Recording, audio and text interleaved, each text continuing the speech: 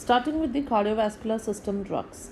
Now in cardiovascular system we are having drugs acting on RAS, then we have antihypertensives, then we have anti-anginal, then antiarrhythmic drugs acting on heart failure, and hypolipidemic drugs. Hypolipidemic drugs have come here instead of hematinics. So let's start. I'll take 10 questions from each section, and this PDF is having around 390 something MCQs, so you can do all of them by yourself. I'll be attaching the PDF of both answers and without answer PDF.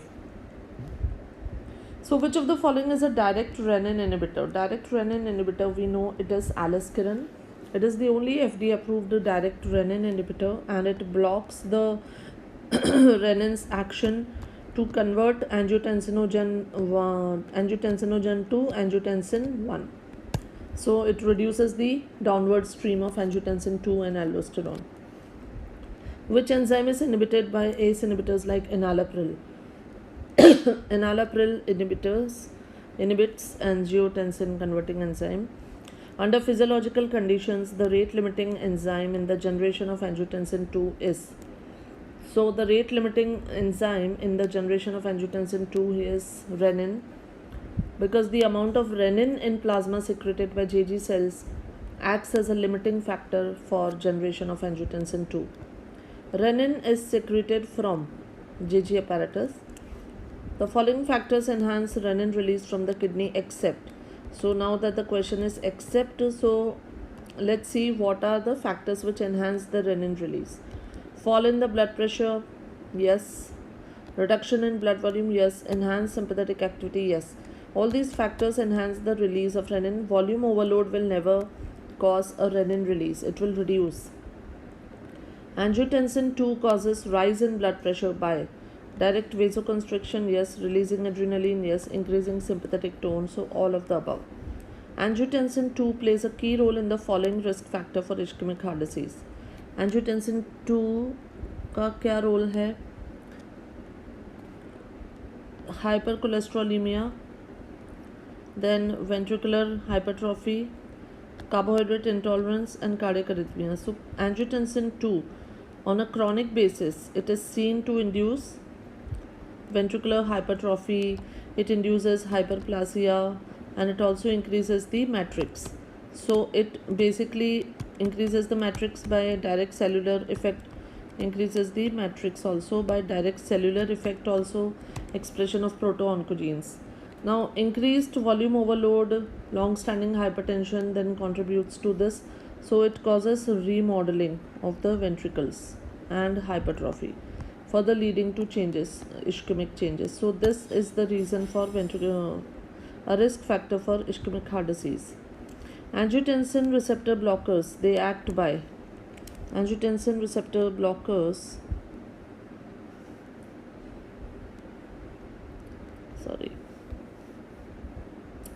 angiotensin receptor blockers, ARBs, they act by, they block the 81 receptors. So they are 81 receptor blockers, angiotensin receptor blockers like losartan. So they prevent the effect of angiotensin 2 on the by inhibiting the receptors, they inhibit the action of angiotensin 2, and thus they reduce the blood pressure. Ventricular remodeling after myocardial infarction involves mediation of angiotensin 2.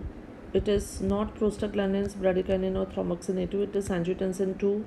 So it causes hypertrophy, hyperplasia, and increased cellular matrix.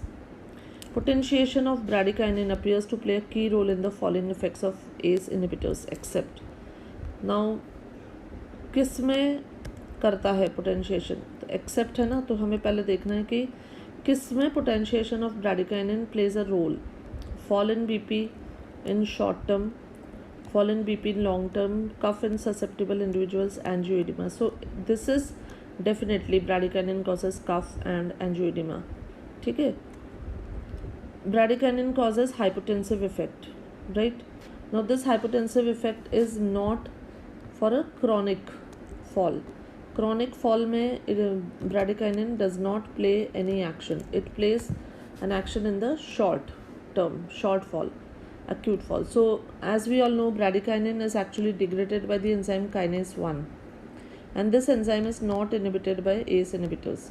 So bradykinin is also does not have much role here, but it plays definitely a role in cough and angioedema.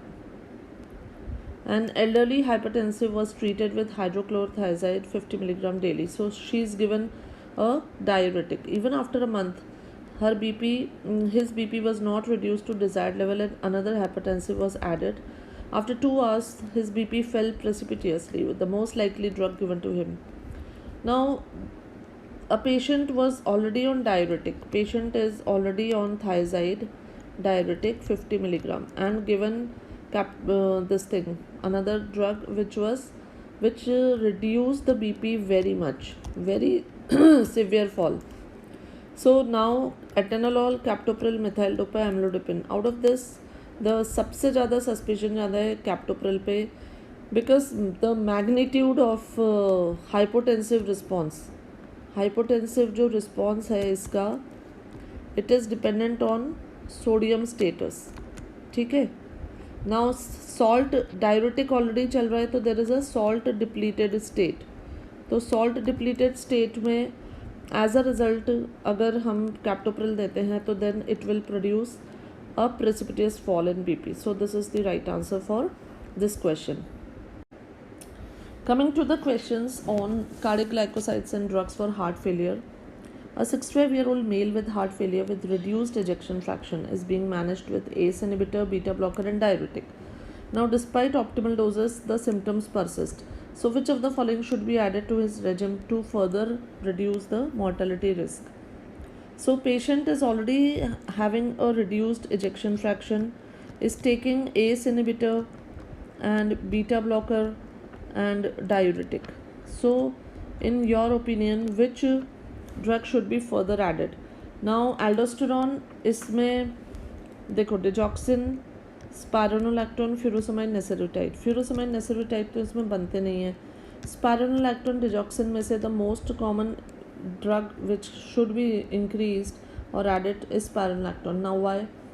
Now it is seen that spironolactone is an aldosterone antagonist, right? And these drugs, they reduce mortality in patients who are having a reduced ejection fraction, especially when the symptoms are persisting with ACE inhibitors, beta blocker and diuretic. Which of the following drug classes is shown to prolong survival in patients with chronic heart failure? Chronic heart failure में the drugs which prolong the survival are ACE inhibitors. They are not diuretics, digoxin or vasodilators. Neseritide is used in patients of heart failure. What is neseritide? It is a recombinant form of BNP. ठीक है. It is used clinically to a limited extent only, because first of all it is to be given IV and it has got a very brief lifespan in the body. Now continuous IV infusion is used in severely decompensated patients of heart failure. Okay. A 60-year-old man with a history of myocardial infarction 6 months ago comes to the OPD for follow-up. He has no symptoms of heart failure. Current blood pressure is 145/85. He is currently on aspirin, atorvastatin and metoprolol. Now which medication would be appropriate to add for blood pressure control and secondary prevention of post-MI? Here, out of the following options that we are given, captopril, that is ACE inhibitors, ACE inhibitors are the best drugs to reduce the cardiovascular mortality in patients with heart failure. A 70-year-old female brought to the OPD with a history of hypertension, chronic kidney disease, history of heart failure is prescribed candesartan. Okay, that is ARB. What is the primary reason for choosing candesartan in this patient? तो 70-year-old female है, hypertension है, chronic kidney disease, heart failure. Candesartan has a short half-life. देखते हैं what is the primary reason. It has a shorter half-life.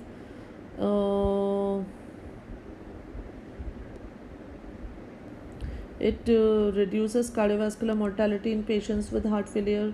It is metabolized primarily by the kidneys. It has strong antihypertensive effect. ये तो इसमें candesartan is an ARB and it is approved for treatment because it reduces the cardiovascular mortality in the patients. Which of the following beta blocker is preferred for use in a patient with chronic heart failure due to additional alpha 1 blocking properties? That means which drug is a combination of beta 1 and alpha 1 blocker. So in this atenolol is no, cardioselective है labetalol, carvedilol and metoprolol. इसमें से labetalol और carvedilol देखेंगे.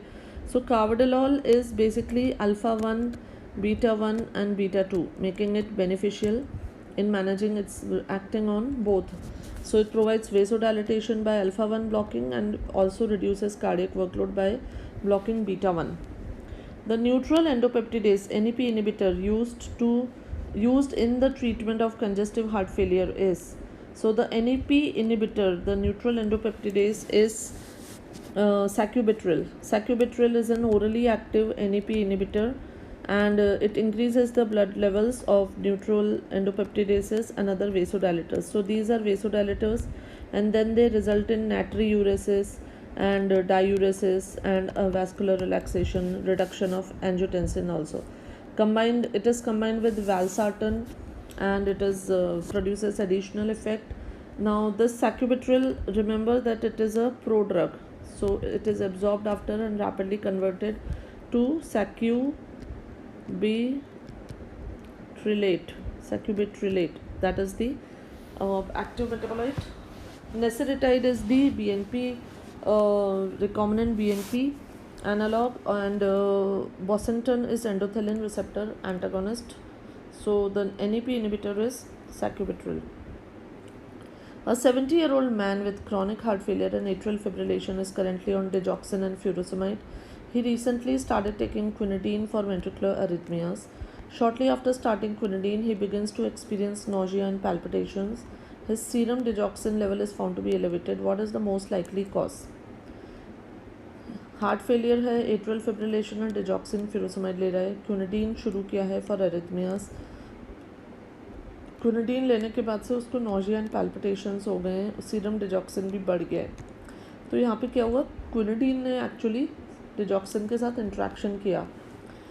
सो what is the most likely cause? Furosemide causes hypokalaemia which increase digoxin toxicity? No. Quinidine decreases digoxin clearance leading to elevated digoxin levels. Furosemide increases digoxin clearance. Quinidine and furosemide synergistically increase the digoxin absorption. Here the answer is that quinidine decreases the digoxin clearance leading to elevated digoxin levels, and this it reduces the renal clearance by inhibiting the P-glycoprotein, and this increases the plasma digoxin level. The symptoms that the patient is experiencing are because of digoxin toxicity. A 65-year-old male with a history of chronic atrial fibrillation and congestive heart failure is brought to emergency room by grandson with worsening shortness of breath. His heart rate is 120 and his blood pressure is stable. What is the most appropriate initial therapy? So patient with chronic atrial fibrillation and CHF. Now here digoxin is the drug which is given to control the ventricular rate due to the positive inotropic effect. A 60-year-old female is brought to the emergency room by her daughter-in-law with confusion, visual disturbances and nausea. She has been taking digoxin for several years for heart failure and AF. Her ECG shows premature ventricular contractions and lab work reveals hypokalemia. What is the most likely cause? So hypokalemia exacerbates digoxin toxicity. Hypokalemia will increase the binding of digoxin to the sodium potassium ATPase pump and increases the toxicity. So that is the problem here, and then these are the symptoms of digoxin toxicity and they can be exacerbated by the low potassium levels. Coming to the antiarrhythmics. In a failing heart, therapeutic dose of digoxin has no effect on the following parameter. Failing heart में digoxin का इसके ऊपर कोई effect नहीं होता. The question here is no effect. Does it have an effect of cardiac output? Yes. Increases the risk of development of contraction without affecting duration of systole? Yes. Increases rate of development of contraction but reducing the duration of systole, increasing both rate of development of contraction as well as duration of systole. और बड़ा ही tricky गंदा question है ये मेरी नज़र में. The digoxin does not have any effect of increasing the rate of development of contraction but reducing the duration of systole. Digoxin, unlike other inotropic drugs, it causes a positive inotropic action without increasing the tone of ventricular fibers. So it actually reduces the systole and increases the diastole. Digitalis reduces the heart rate in congestive heart failure by increasing vagal tone, decreasing sympathetic overactivity, and direct depression of sinoatrial node. It is all of the above. So digoxin has all the three actions. It basically reduces the sympathetic overactivity, and it also increases the vagal tone, and it also slows the heart by direct depression of SA node. A 65-year-old male with a history of atrial fibrillation comes to the OPD with sudden palpitations and dizziness. ECG shows wide QRS complex with a prolonged QT interval and sign of Torsades de Pointes. Recently started on antiarrhythmic medication. Now, which drug is most likely responsible for the current condition? So, a patient comes with a history of atrial fibrillation and sudden palpitations and dizziness. ECG में wide QRS टॉर्सिडस D पॉइंटिस है. Anti arrhythmic drug उसको दी गई थी. Which drug is most commonly responsible? Here lignocaine doesn't cause QT prolongation, procainamide, flecainamide and propafenone. Out of these three drugs, procainamide is a class 1A antiarrhythmic and it is associated with QT interval prolongation and Torsades de Pointes, especially in patients who are having hypokalemia or bradycardia. The most important channel of elimination of digoxin is glomerular filtration. The channel of elimination of digoxin is glomerular filtration. It is primarily excreted unchanged by the kidney. So this is the action of digoxin. Then 58-year-old male with Wolff-Parkinson-White syndrome presents to the emergency with palpitations and heart rate of 180 beats per minute. ECG reveals a narrow QRS complex tachycardia which is consistent with PSVT. Which antiarrhythmic is most appropriate to treat this patient? So a patient with WPW syndrome presenting to emergency department with palpitations and a heart rate of 180 beats per minute. ECG में narrow QRS complex tachycardia consistent ही आ रहा है. So the drug here which antiarrhythmic is best to treat? Lignocaine, quinidine, propafenone, procainamide. Now here propafenone is the drug of class 1C and this is the drug of choice to treat WPW syndrome because of its ability to depress the impulse transmission in accessory pathways. So this is it slows both anterograde and retrograde conduction, and this helps in terminating the reentrant circuits in PSVT. Which of the following adverse effect is least likely to occur with long-term amiodarone use? Long-term amiodarone use में कौन सा least likely है? मतलब amiodarone क्या क्या करती है? amiodarone pulmonary fibrosis करती है, Torsades de Pointes thyroid dysfunction करती है, corneal microdeposits करती है. Amiodarone does not cause Torsades de Pointes. So the right answer here is this. Okay. Digibind is used to Digibind is the digitalis toxicity में जो antibody होती है उसके लिए यूज़ होता है. So it is use to treat digitoxin या digoxin toxicity. The most suitable antiarrhythmic drug for counteracting ventricular extrasystole due to digoxin toxicity. So in this, the drug which we use is lignocaine. It suppresses the excessive automaticity without accentuating the AV block. Digitalis is most suitable for treatment of CHF when it is due to congenital heart disease, due to AV shunt, due to thiamine deficiency associated with severe cardiac decompensation. So this is the answer. Digitalis is most effective in relieving symptoms in patients with low ejection fraction and dilated heart and severely decompensated heart failure. Okay. Which of the following drugs is contraindicated in patients with heart failure due to risk of increasing mortality? कौन सी drug contraindicated है due to increasing mortality? Propranolol is definitely indicated, amiodarone indicated, एस्मा, ड्रोनाडेरॉन.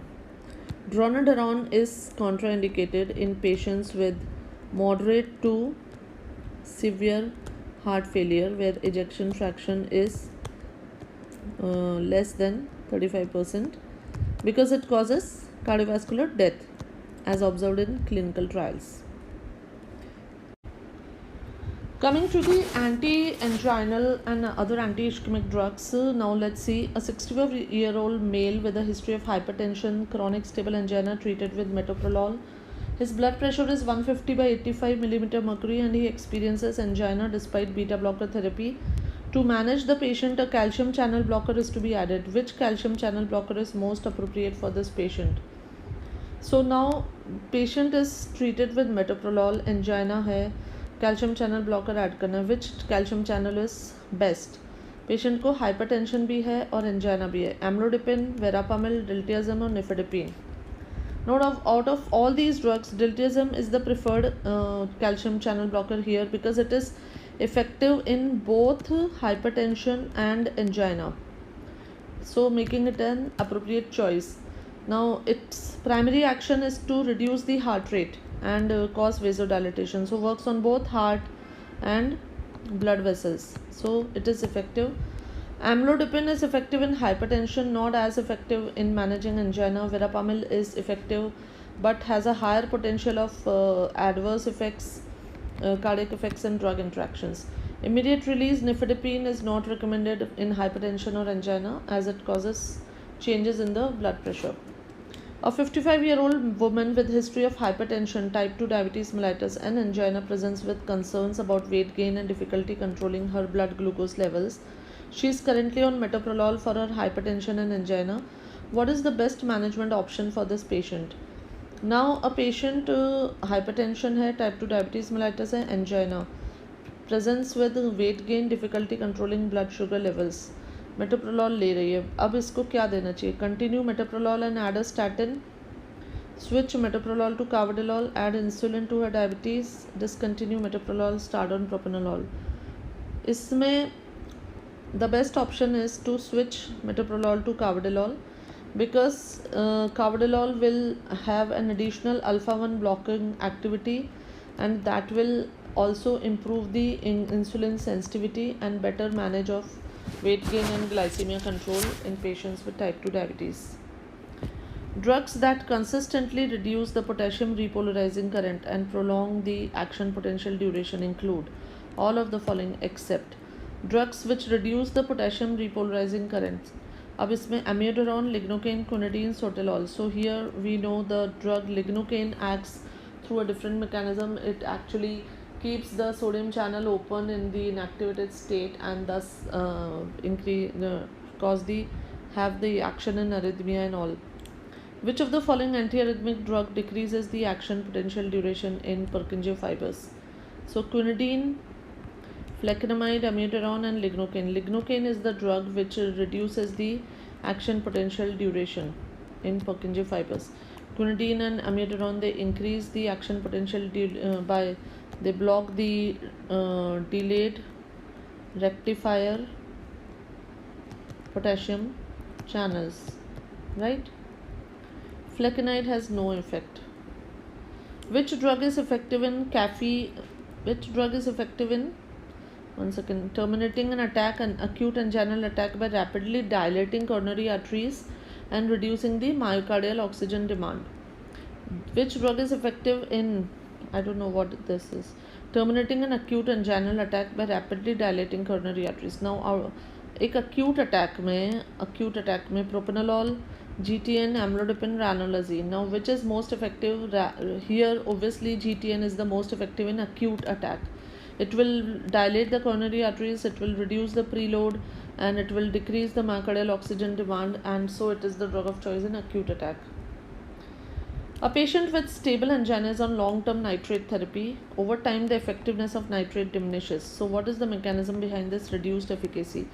So patient with stable angina long term nitrate ले रहा है, nitrate की efficacy reduce हो गई. मैकेनिज्म क्या है? Because it develops tolerance, right. The long term nitrate use leads to development of tolerance. A 58-year-old male with a history of stable angina comes to the clinic for follow-up. His reports suggest having experienced chest tightness and discomfort during physical exertion. His episode lasts for 5 minutes, relieved with rest, using sublingual GTN during these episodes. Then the frequency of these episodes have increased and he now uses GTN more often. Drug history includes aspirin, atorvastatin, metoprolol. What is the most appropriate next step in the management of this patients angina? So now अभी तक वो short term GTN ले रहा था. Increase the dose of metoprolol की dose 50 milligram twice a day बहुत है. Add long acting nitrate, discontinue aspirin, start sildenafil. We can not discontinue aspirin, ठीक है. स्टार्ट सिल्डेनाफिल, इसका नाइट्रेट के साथ सिल्डेनाफिल का बहुत कॉन्ट्राइंडिकेशन है. So the answer here is that instead of short acting nitrate, the patient should take a long acting nitrate.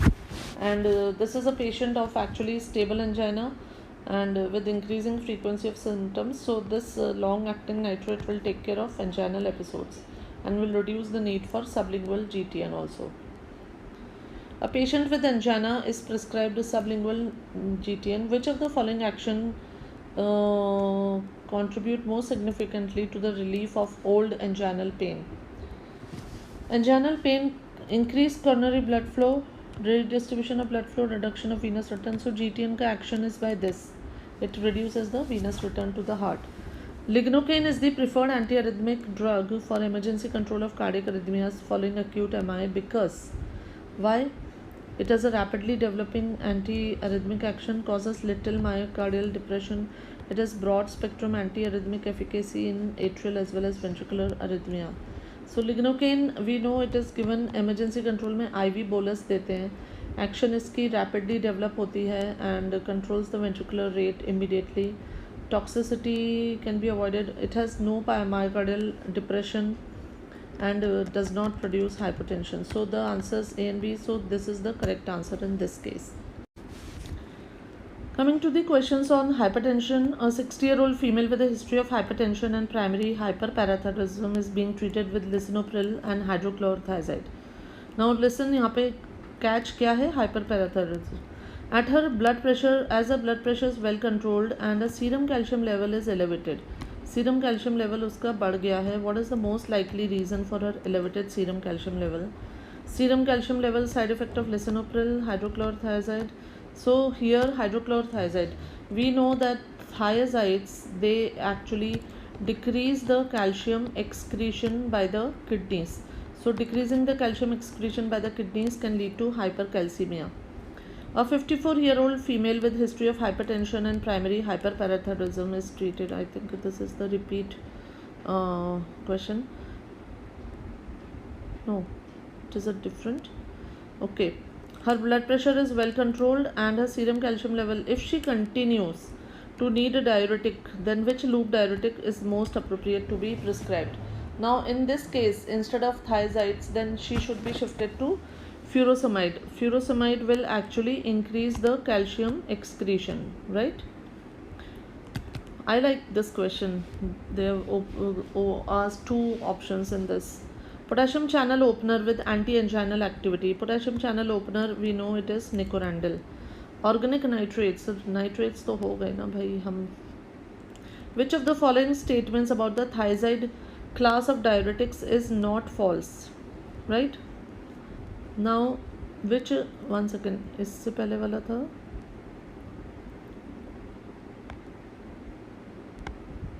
Okay. Which statement about thiazide class of diuretics is not false? Not false. ठीक है, तो यहाँ पे 1 statement, 2 statement, 3 statement, 4 statement. There are 2 statement, 4 statement. Thiazide diuretics are first line of treatment in patients with renal insufficiency and glomerular filtration. पहला statement ये है. ये पूछ रहे हैं false, not false. मतलब which is true. देखो कितने like you know this is the type of thing that they do. You will feel is not true या is false. So what they are asking is not false, मतलब क्या इसमें true है. Okay, तो हमें ढूंढना है ट्रू क्या है. Now thiazide-diuretics are first line treatment in renal insufficiency. Chlorthalidone has a longer half life compared to hydrochlorothiazide, making it effective. Thiazide-diuretics have no impact on serum potassium. Thiazide-diuretics have no impact on serum calcium. तो ये दोनों तो हम outrightly वो कर सकते हैं कि thiazide-diuretics have impact on serum and potassium, calcium and potassium both. अब इसमें ऑप्शन में देखो तो 4 चला गया, 4 चला गया, तो ये चला गया, ये चला गया. अब हमें पास बचा 1 and 2, 1 and 2. Now, are they the first line of treatment in patients with renal insufficiency and glomerular filtration rates below 30 milliliter per minute? Chlorthalidone has a longer half-life compared to hydrochlorothiazide, making it potentially more effective for blood pressure control. So it definitely has a longer half-life, making it more effective, and this statement is true. Chlorthalidone has a half-life of 24 to 55 hours, and thiazide has got an half-life of 6 to 15 hours. So the option that we find correct is this. A 55-year-old man with a history of type 2 diabetes, mellitus and hypertension presents to the clinic for a follow-up visit. His blood pressure is 160/95 and his hemoglobin is 7.8. His HbA1c तो diabetes है, hypertension है, blood pressure भी इसका raised दिख रहा है, HbA1c भी raised है, currently taking metformin and not on any hypertensive. Given is comorbid condition, which anti hypertensive agent is most suitable to initiate? So in this case we should definitely start with an ACE inhibitor, as diabetes plus hypertension है, so ACE inhibitor is the drug of choice. The overdose of which antihypertensive and anti-anginal drug can lead to severe tachycardia? Antihypertensive and anti-anginal drug can lead to severe tachycardia. Now, nitrates, guanethidine, nitrates, propranolol and verapamil. Propranolol Brady करता है, verapamil reflex tachycardia करता है. Isosorbate dinitrate is the drug here. It produces can lead to reflex sympathetic activity, increased sympathetic activity and tachycardia. Verapamil is a cardiac depressant. Propranolol beta blocker. Guanethidine antihypertensive है, which will reduce the sympathetic. So A, C and D will not produce tachycardia. Glyceryl trinitrate is administered by which route except? So GTN is administered oral, sublingual, intramuscular, intravenous. It is not administered by intramuscular route. It is given orally or sublingually or IV for unstable angina and other emergencies. A 68-year-old woman with chronic kidney disease, stage 3 hypertension, presents with blood pressure this much. She reports swelling in her legs and dizziness. Which antihypertensive medication should be avoided? Now it's a case having renal disease also. Enalapril, losartan, spironolactone and amlodipine. Out of this, the drug already patient CKD का है ना. अब उसमें spironolactone will cause hyperkalemia. So hyperkalemia in CAD will be even more dangerous. So we will not use spironolactone. Which is the most appropriate first line treatment for hypertensive emergency, particularly in case of ACS or myocardial infarction? So here sodium nitroprusside, nicardipine, GTN and labetalol. In hypertensive emergencies, in case of ACS or MI, we will use nicardipine. First line hypertensive with ACS. We will not use sodium nitroprusside, not use GTN and labetalol in such cases. Coming to the last part, that is hypolipidemic drugs. A 60-year-old female patient diagnosed with hypertriglyceridemia started on fenofibrate. Which statement is true? Fenofibrates are acting their action through PPR alpha receptor. ठीक है, these fibrates they activate the lipoprotein lipase and their action is activated by the PPR alpha. The fibrates inhibit lipoprotein lipase? No, they activate lipoprotein lipase is key enzyme in degradation of this thing LDL, resulting in lowering of circulating there's an activation of lipoprotein lipase, and their effect is exerted through PPR alpha receptor.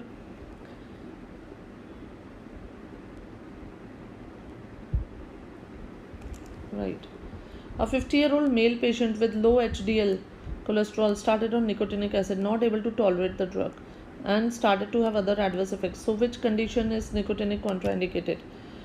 Nicotinic acid is a vitamin, and in higher doses, it reduces for plasma lipids.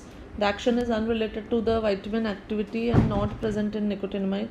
When nicotinic acid is given, then TGs and VLDL decrease rapidly, and it inhibits intracellular lipolysis. It is contraindicated in gout, pregnancy, diabetes. The gout and diabetes में it is contraindicated. So the answers B and C is correct. Ezetimibe is a novel drug, right? Ezetimibe is a novel drug. A patient inquired about it. Now, which statement is true? Ezetimibe, we know it is a absorption inhibitor. Now, this is secreted in bile, undergoes enterohepatic circulation. Which statement is true? They are asking which statement is true. Ezetimibe indicated as an adjunct to statin treatment. No specific adverse effects observed at acts by inhibiting the dietary absorption of cholesterol. No effect on biliary cholesterol. Now, this it is seen to have an effect on biliary cholesterol also. It reduces the intestinal absorption of dietary as well as biliary cholesterol. So, the answers 1, 2 and 3 is correct here. A 60-year-old male patient with history of UTI started on statins by his physician after investigations and assessment. So, which statement is correct? 60-year-old with history of UTI started on statins. Peak LDL-CH levels produced by 1 to 2 months. Statins, question है यहाँ पे कौन सा statement correct है? Statins inhibit HMG coenzyme A to mevalonate. Liver injury is more common if they are given concurrently in both B and C. So here the answer is B and C. The rate limiting step in cholesterol synthesis inhibited by statins. They inhibit the HMG coenzyme A reductase inhibitor reductase. The most appropriate hypolipidemic drug for patient with raised LDL normal triglyceride, you give statin. The most potent and most efficacious LDL cholesterol lowering HMG coenzyme reductase inhibitor. Out of all the drugs, lovastatin, Simva, Prava and atorvastatin is the most potent in reducing the LDL cholesterol. A rare but characteristic adverse effect of this is myopathy. I don't think it's rare, but it is a very characteristic.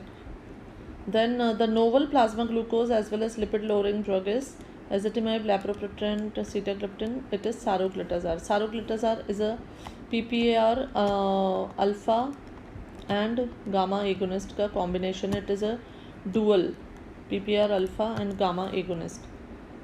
Select the hypolipidemic drug that enhances lipoprotein synthesis, fatty acid oxidation and LDL receptor expression through PPAR receptor, that is Benz fibrate. It's a PPAR alpha. Fibrates are this.